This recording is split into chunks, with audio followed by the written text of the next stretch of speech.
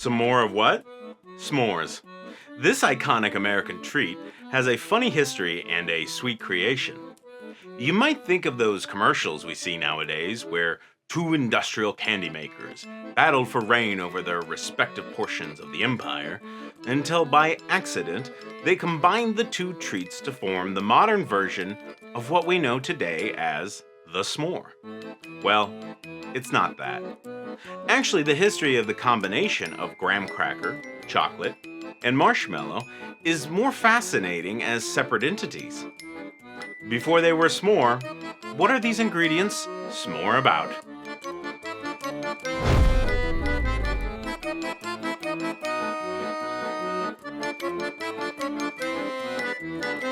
First off, a little statistic from the National Confectioners Association.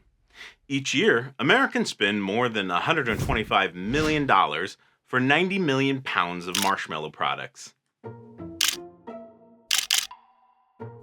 Marshmallows, like most products we know and love these days, comes from real marshmallow plants and were once used as cough suppressants, immune system boosters, and wound healers. Native to Egypt and true to its name, the pink-flowered marshmallow plant grows in swamps and bogs. While the entire plant, leaves, flowers, and root is highly medicinal, it is the root that evolved into today's sweet treat. In the 1800s, the French altered the recipe, mixing the curative sap with rosewater flavored egg white meringue and forming it into candy molds. Nowadays, it can be grown and found all over the world, although it's very difficult to find real marshmallow, as machine processes of the last century form the gelatin and corn syrup puffs we're used to today.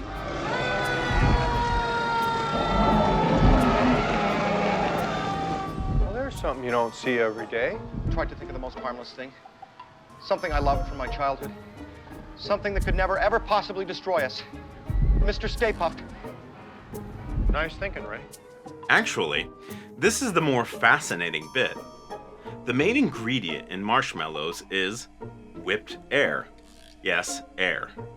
Up until the 1950s, this process was done practically by hand, meaning for millennia it was a labor-intensive process. Much like meringues, whipped cream, or angel food cake, this process is what makes the texture possible. Oh, it's called sweating, which is what the development of extruding machines allowed the hours it takes for marshmallows to form do without all the hand churning. And we wonder where all the well-paid jobs are. Automation is a key component to increasing productivity while squeezing out labor of its ability to enjoy the wealth and leisure promised by this process. If you'd like to see that video, say futurism in the comments.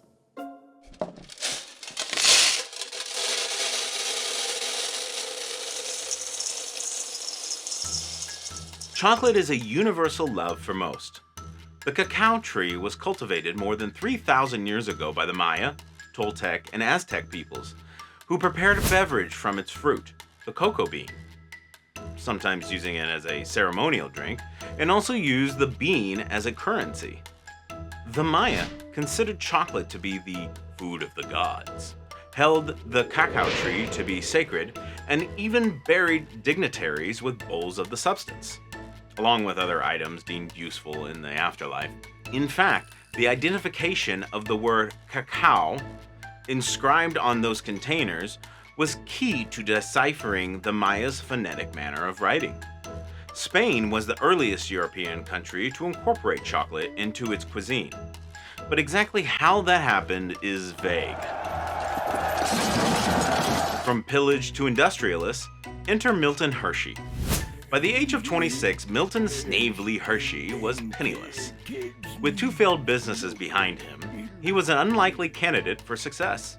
Yet Mr. Hershey, a man with steadfast convictions and an insatiable curiosity, turned his story from rags to riches by persevering, eventually selling his caramel company for $1 million to devote all his energies to making chocolate. Using equipment at the 1893 World's Columbian Exposition, Milton Hershey began experimenting with boiled milk, sugar, and cacao beans in an effort to create affordable milk chocolate that could be mass produced. In a few years, he perfected his recipe and by 1903 was breaking ground for a new factory in the town that bears his name. Now, most write-ups give him a favorable point of view, like the benevolent industrialist, which seems to be an oxymoron. Anyway, who not only built towns for his workers, but schools, parks, and the like, sharing the chocolatey wealth with his employees, so long as you live, work, and play in my candy kingdom. Think the line or Tolosa.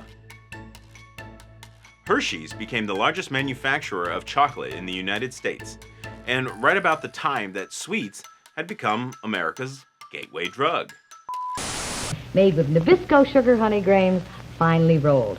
You see, to the grahams, you just add some evaporated milk, miniature Now, if you were marshmallows. Sylvester Graham at this time, you would be appalled at what the graham cracker has become.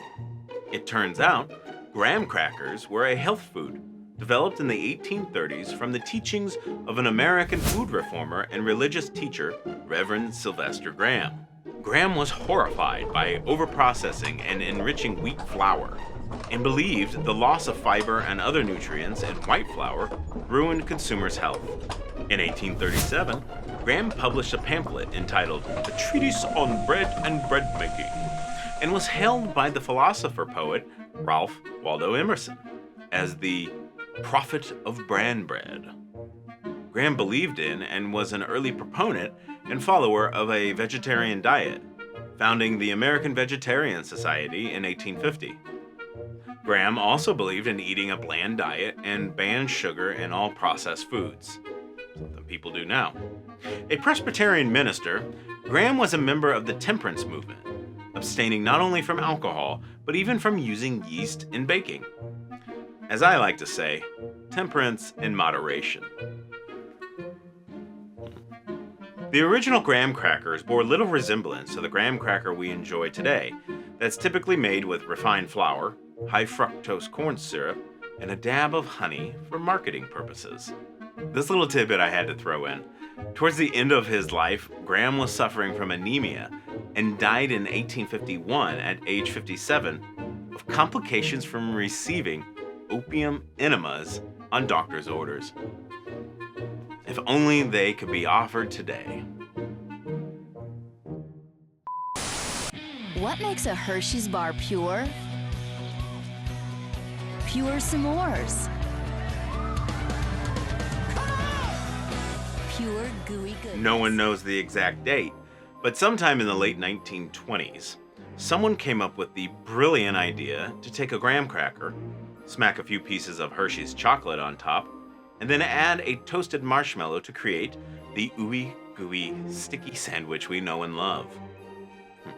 The first official recipe was published in the 1927 Girl Scout guidebook, Tramping and Trailing with the Girl Scouts. So they definitely get most of the credit.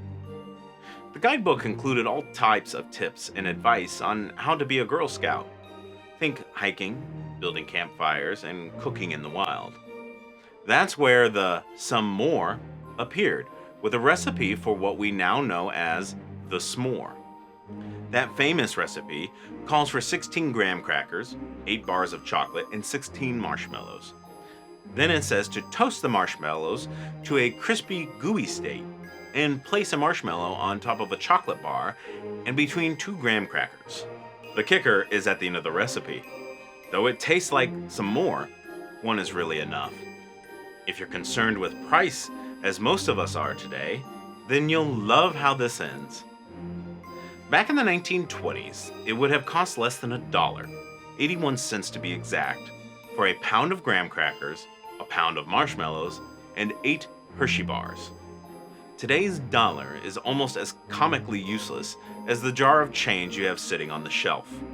If you want the same ingredients, it'll cost you $3 for a pound of marshmallows, over $4 for a pound or a box of graham crackers, and a pound of Hershey bars will cost just around $15 for a grand total of around $22. Some more of what? Your money, please. That's right. S'more just doesn't go that far anymore.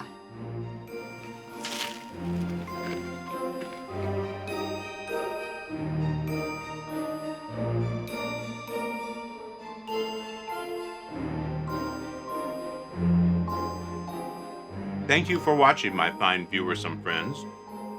Did you find this video interesting or meh?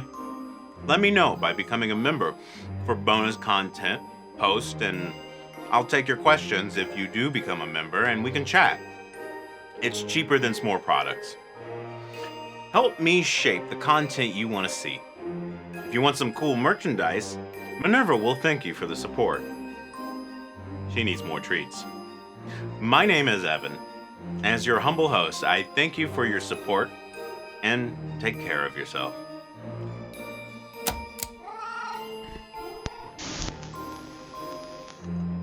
Hey, you want a s'more? S'more what? No, you want a s'more. I haven't had anything yet, so how can I have some more of nothing?